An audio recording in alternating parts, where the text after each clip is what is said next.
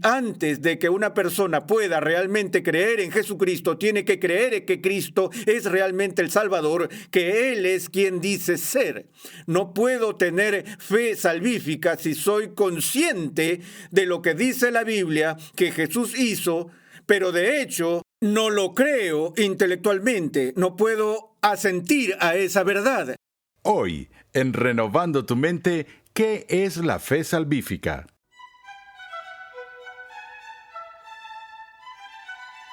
Bienvenido una vez más a Renovando tu Mente con el Dr. R.C. Sproul.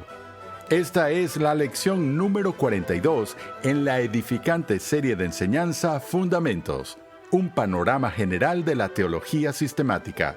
¿Te has preguntado alguna vez qué es la fe salvífica? Esta pregunta fue objeto de gran consideración en los tiempos de la Reforma y debería recibir la misma atención en nuestros días. Acompáñame una vez más al aula de clases a escuchar al Dr. R.C. Sproul mientras examina los 3 ingredientes de la fe salvífica articulados por los reformadores y nos recuerda el gozo que tenemos en Cristo. En nuestro breve análisis de la doctrina de la justificación, el artículo por el cual la Iglesia se mantiene o cae, vimos cómo la controversia se centró en la causa instrumental de la justificación y los reformadores insistieron en que esa causa instrumental es la fe y solo la fe. Ahora, una de las grandes distorsiones de esa lucha, y de hecho una manera en que la Iglesia Católica Romana es a menudo calumniada, particularmente por protestantes que no conocen algo mejor, es que la diferencia entre los dos grupos se afirma de esta manera, que los protestantes creen que la justificación es por fe y los católicos creen que es por obras, y que los protestantes creen que es por gracia y los católicos creen que es por méritos. Y eso es simplemente una falsa distorsión del asunto. La Iglesia Católica Romana insiste en la necesidad de la fe para ser justificado y llaman a la fe el fundamento y la raíz y la iniciación de la justificación.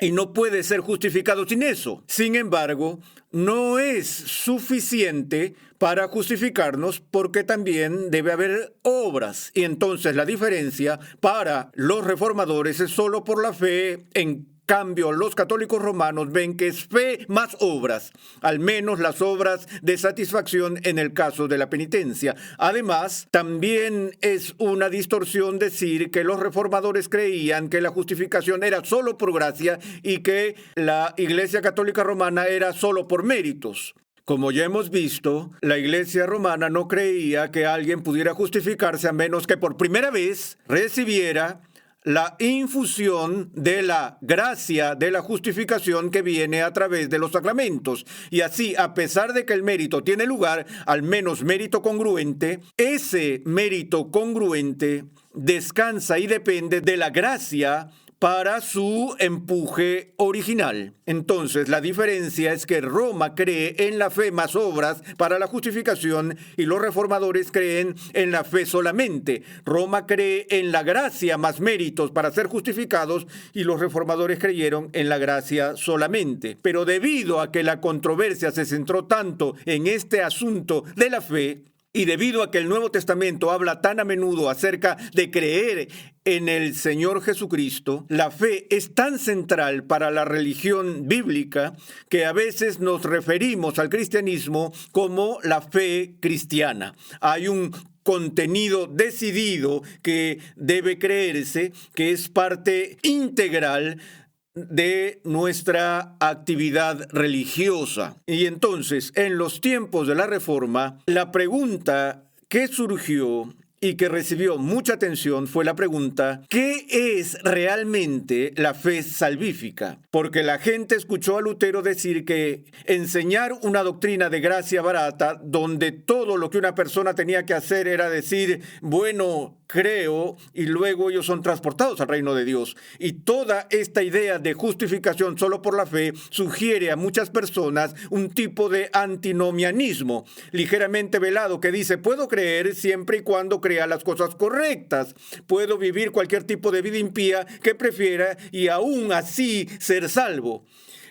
Así que solo mientras creas las cosas correctas o afirme las cosas correctas. Y recordamos la amonestación de Santiago que la fe sin obras está muerta. Recordamos en la epístola de Santiago que dice en el 2º capítulo: si alguno dice que tiene fe pero no tiene obras, ¿acaso puede esa fe salvarlo? Es decir, ¿será una obra o una fe que es una fe muerta, una fe que es una fe estéril, una fe que nunca produce ningún fruto, es suficiente para ser salvo? Y Santiago responde a la pregunta muy claramente, que ese tipo de fe no salva a nadie. Y de hecho, Lutero dijo que la fe que justifica es lo que él llamó un fides viva, una fe viva, una fe vital, una fe que inevitable, necesariamente e inmediatamente empieza a producir el fruto de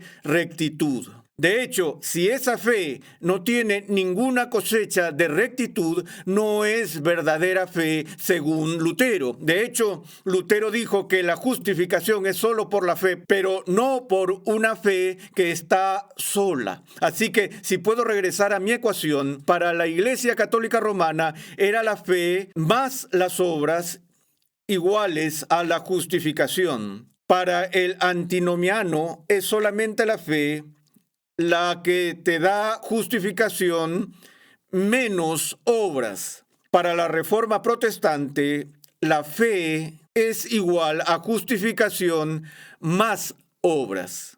Es decir, las obras son el fruto necesario de la verdadera fe, pero las obras no cuentan para la declaración de Dios, por la cual se dice que somos justos delante de Él. No forman parte de ninguno de los motivos de la decisión de Dios de declararnos justos, cuando aquí son una parte esencial de los motivos de justificación.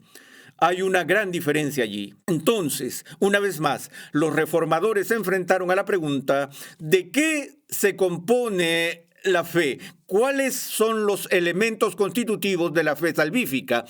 Y los reformadores enunciaron especialmente 3 ingredientes para la fe salvífica, y les daré el latín y luego se los explicaré. El primero se llama notitia, a veces noti. El segundo se llama ascensus y el tercero se llama fiducia. Ahora, esta distinción tiene estas cosas a la vista. La notitia se refiere al contenido de la fe, la información, lo que de hecho se cree. Algunas personas dicen que no importa lo que creas mientras seas sincero. Eso está tan lejos de lo que realmente es el cristianismo, porque el cristianismo dice que importa eternamente lo que tú crees. La Biblia no solo dice cree, tú puedes creer en Satanás, o puedes creer en Baal, o puedes creer en lo que quieras. No, dice cree en el Señor Jesús y serás salvo. Es decir, hay un objeto de la fe, y ese objeto es Cristo. Y hay ciertas cosas a las que estamos obligados a creer acerca de Cristo. Es decir, que Él es el Hijo de Dios, que Él es nuestro Salvador, que Él ha provisto una expiación. Hay cierta información que debe ser creída. Y por supuesto, parte de la tarea de la comunidad cristiana del siglo I era declarar esa información esencial al mundo circundante a la iglesia primitiva. Pablo proclamó el evangelio. La predicación de la iglesia era comunicar lo esencial de la persona y obra de Jesús y luego llamar a la gente a aceptarlo y creerlo. Pero para que ellos crean debían tener esta información en la mente. Entonces, de nuevo, lo primero que decimos es que la fe salvífica no es sin contenido, tiene un contenido. El segundo ingrediente, vamos a llamar a esto los datos, El segundo ingrediente de la fe salvífica es lo que llamamos assensus, que viene al español simplemente como asentimiento, que es la afirmación intelectual de la verdad de los datos. Si te dijera, ¿crees que George Washington fue el primer presidente de los Estados Unidos? Y tú dijeras sí, no estarías haciendo una declaración religiosa en el sentido de que ahora confiaste por fe en George Washington para ser tu salvador.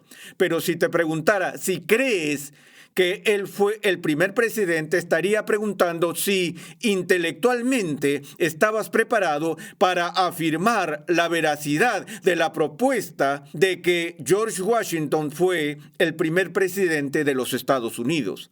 Ahora, cuando se trata del Evangelio, hay ciertos elementos, como ya hemos visto en los datos, y antes de que una persona pueda realmente creer en Jesucristo, tiene que creer que Cristo es realmente el Salvador, que Él es quien dice ser. No puedo tener fe salvífica si soy consciente de lo que dice la Biblia que Jesús hizo, pero de hecho no lo creo intelectualmente. No puedo asentir a esa verdad. Creo que es un mensaje falso. Creo que los discípulos estaban locos o lo que sea. Ahora no he cumplido con el segundo paso de la fe salvífica. Tengo que estar convencido de que es verdad. Y aquí es donde mucha gente lucha porque nos asaltan las dudas sobre las afirmaciones verdaderas. ¿De verdad crees que Jesús regresó de entre los muertos? Dudo que alguien que me escuche decir esto lo crea inequívocamente, es decir, sin una sombra de duda, porque la siguiente persona que lo crea de la manera en que el apóstol Pablo lo creyó y de la forma en que el resto de los discípulos lo creyeron, posiblemente será tan eficaz para poner al mundo de cabeza como ellos lo fueron. Pero hemos sido bombardeados con escepticismo y cinismo y todo eso diciendo, oh, tú no crees realmente en una resurrección. Bueno, no lo has visto con tus propios ojos y así por el estilo. Entonces puede haber ese elemento de duda mezclado con tu fe y llegas a ser como Pedro, Señor, creo, ayúdame en mi incredulidad. Pero tiene que haber un cierto nivel de afirmación intelectual y convicción para que una persona sea salva. No puedes estar solo convencido de que no sucedió. Tienes que estar básicamente listo para afirmar la verdad de estas cosas. Pero entonces supongamos que tienes estos dos primeros elementos, ambos de carácter principalmente intelectual. ¿Tú entiendes los datos? Tienes la información y estás convencido de que la información es verdadera. Y te digo, ¿crees que Jesucristo murió en la cruz por tus pecados? Y tú dices, sí, lo creo, afirmo que es verdad. ¿Eso es suficiente para salvarte? Bueno, lo que Santiago nos dice es que todo lo que eso hace es calificarte para ser un demonio porque aún el diablo cree eso. Él dice, los demonios creen y tiemblan. Pero una cosa es dar un consentimiento intelectual a un conjunto de proposiciones, a un credo o algo más. Y luego, otra muy distinta es poner mi confianza personal en eso. Recuerdo haber oído al Dr. Jim Kennedy cuando hizo una presentación del Evangelio usando el evangelismo explosivo y mencionó una ilustración en la que había una silla vacía frente a él y le dijo a esta persona, ¿crees que esa silla es fuerte en sí como para sostenerte? Y la persona miró la silla y dijo, sí, creo que la silla es capaz de soportar mi peso. Y luego el Dr. Kennedy dijo, bueno, esa silla está aguantando tu peso ahora mismo. Y la persona dijo, bueno, no. Y Jim dijo, bueno, ¿y por qué no? Y la persona dijo, porque no estoy sentado allí. Él dijo, una cosa es decir, yo creo que esa silla soportará mi peso y otra cosa es arriesgarte a sentarte en esa silla. Y eso es lo que queremos decir con fiducia, en donde uno realmente confía en Cristo para la salvación. Puedo decir que creo en la justificación solo por la fe y sin embargo todavía en mi vida diaria y en mi pensamiento interno en realidad pienso que voy a llegar al cielo por mis logros. o por mis obras o por mi esfuerzo. Y por eso es fácil llegar a la doctrina de la justificación por fe en tu cabeza. Otra cosa es entrar en el torrente sanguíneo donde de verdad, totalmente y finalmente te desanimas de llegar al cielo por tus medios y te aferras a Cristo y solo a Cristo, depositando tu confianza en Él y solo en Él para tu salvación. Pero hay otro elemento para fiducia, además de la confianza, y ese es el elemento de afecto. Hablamos anteriormente sobre el llamado eficaz de Dios Espíritu Santo a aquellos que están en cautiverio para pecar, y dijimos que la fe es algo que es obra de Dios. Dios crea fe dentro de nuestro corazón. Sin la obra del Espíritu Santo en nuestras almas, nunca llegaríamos a este tipo de fe salvífica, porque el problema es que no tenemos disposición hacia Cristo. La razón por la que una persona no regenerada nunca aceptará a Jesús, ni se rendirá a Jesús, ni vendrá a Jesús, es porque esa persona no quiere a Jesús. Esa persona está en su mente y en su corazón radicalmente en enemistad con Dios y con las cosas de Dios. Y mientras sea hostil a Cristo, no tengo afecto por Cristo. Mira a Satanás. Satanás sabe la verdad. Satanás podría sacarse una A en un examen de teología sistemática, 100%. Él sabe la verdad, pero odia la verdad. Él está completamente sin disposición y sin inclinación hacia la adoración de Dios porque no tiene amor por Dios. No hay amor por Cristo. Y somos así por naturaleza. Estamos muertos en nuestro pecado. Caminamos según los poderes de este mundo e imitamos las lujurias de la carne. Hasta que Dios, el Espíritu Santo, no cambie nuestro corazón de lo que el Antiguo Testamento llama un corazón de piedra. Y un corazón de piedra es un corazón sin afecto. No solo es un corazón sin vida, sino que es un corazón sin amor. No tiene afecto por Cristo. Y cuando el Espíritu Santo nos cambia y nos da el don de la fe, lo que Él hace principalmente es que Él cambia la disposición de nuestro corazón. Por lo que antes despreciábamos a Cristo, ahora vemos la dulzura de Cristo, ahora vemos la hermosura de Cristo y ahora aceptamos a Cristo, elegimos a Cristo, confiamos en Cristo porque ahora esa fe que el Espíritu Santo ha derramado en nuestro corazón incluye afecto real por Cristo. Ahora, de nuevo, en esta vida ninguno de nosotros ama a Cristo perfectamente, pero no podríamos amarlo en absoluto a menos que Dios, el Espíritu Santo, nos cambie ese corazón de piedra y lo convierta en un corazón de carne. Así que estos son los elementos de la fe salvífica. Ahora, cuando hablamos de conversión, eso tiende a ser un término más general que la regeneración. Cuando una persona es llevada a la fe por el Espíritu Santo, esa persona experimenta una conversión.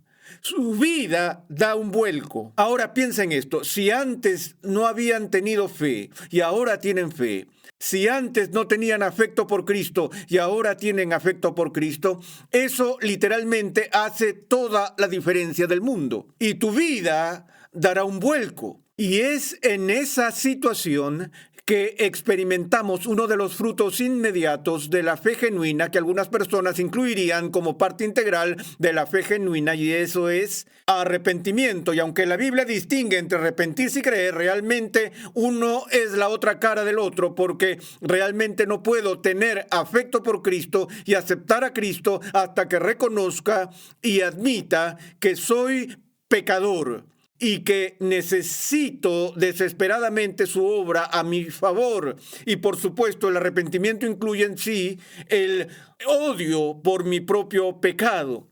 Y eso está en contraste con el nuevo afecto que nos ha sido dado para Dios y para las cosas de Dios.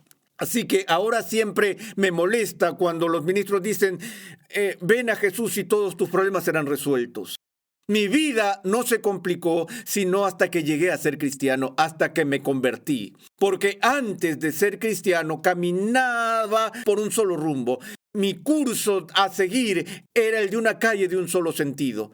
Ahora todavía estoy tentado por el curso de este mundo. Y sin embargo, ha sido derramado en mi corazón un amor y afecto y una confianza por Cristo. Y esos dos a veces están en verdadero conflicto y tenemos que pasar por eso. En otras palabras, nos arrepentimos porque odiamos nuestro pecado y aún parte de nosotros todavía ama nuestro pecado. Pero el verdadero arrepentimiento implica un dolor piadoso por haber ofendido a Dios, un dolor genuino y la determinación de deshacerse de eso, huir y alejarse de eso en Cristo.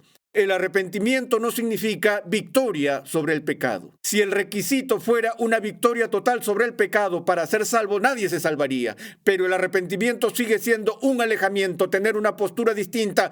Metanoia significa un cambio de mente, donde antes trataba de racionalizar mi pecado, me aprobaba a mí mismo, realmente disfrutaba y me animaba en la práctica de esos pecados. Ahora me doy cuenta de que mi pecado es algo malo y tengo una mentalidad distinta hacia él.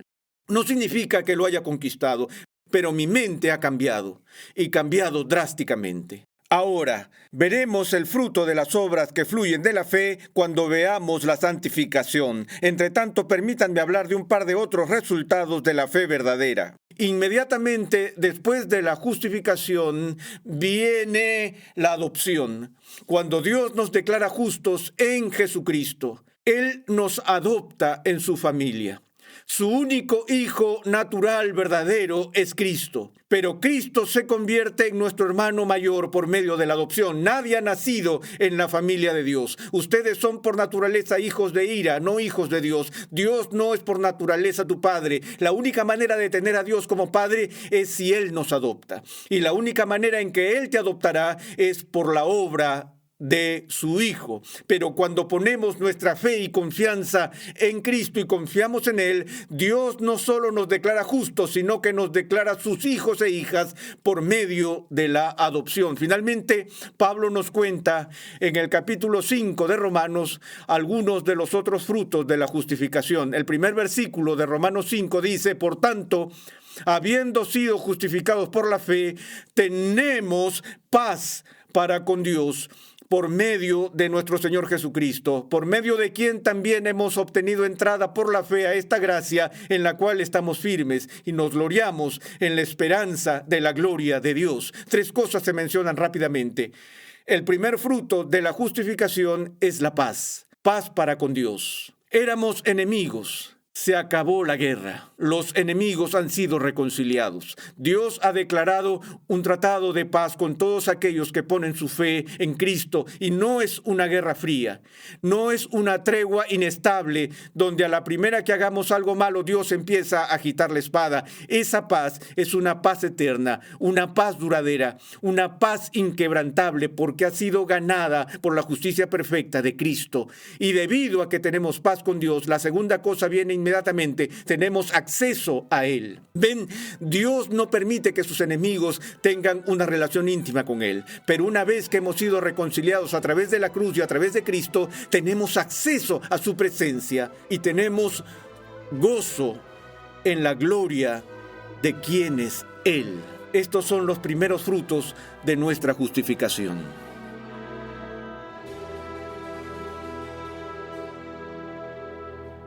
Estás en sintonía de Renovando tu Mente con el Dr. R.C. Sproul.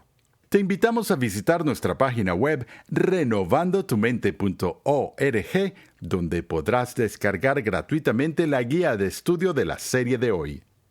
Formar parte de la familia de Dios es un regalo. No es algo que los creyentes se ganen, ni es algo que tengan por la mera virtud de ser humanos. En el siguiente episodio de Renovando tu Mente, el Dr. Sproul explica el privilegio especial de ser hijos de Dios mediante la adopción y la unión con Cristo. Escucha un avance de nuestro próximo programa. Si estoy en Cristo y Cristo está en mí, si hay una unión donde decimos que esto es Cristo y yo entro en Cristo, Él está en mí, yo estoy en Él, y tú entras en Cristo y estás unido con Cristo y Cristo está en ti. ¿Qué dice eso acerca de mi relación contigo? Nuestra programación es posible gracias al generoso apoyo en oración y financiero de cristianos alrededor del mundo. Para hacer tu donación, por favor visita nuestra página web renovandotumente.org. Dios llama a su pueblo a ser transformado por la renovación de su mente. Es por esta razón que transmitimos una enseñanza que expone las glorias de Dios reveladas en la Biblia, en el contexto de la cultura, la filosofía, la apologética, la ética y la historia de la Iglesia. Para contactarnos, por favor envíanos un correo electrónico a programa@renovandotumente.org con tus preguntas, testimonios y comentarios. Recuerda que en nuestra página web renovandotumente.org puedes adquirir gratuitamente la guía de estudio de la serie de hoy. Y además encontrarás una amplia variedad de recursos tales como clases, artículos y contenido multimedia con la finalidad de cumplir con nuestra misión de proclamar, enseñar y defender la santidad de Dios en toda su plenitud a tantas personas como sea posible. Renovando tu Mente es una producción de los Ministerios Ligonier, la confraternidad de enseñanza del Dr. R.C. Sproul. Nuestra misión, pasión y propósito es ayudar a las personas a crecer en su conocimiento de Dios y su santidad. Sintonízanos nuevamente en esta misma emisora y en este mismo horario y únete a nuestra gran comunidad virtual en las redes sociales.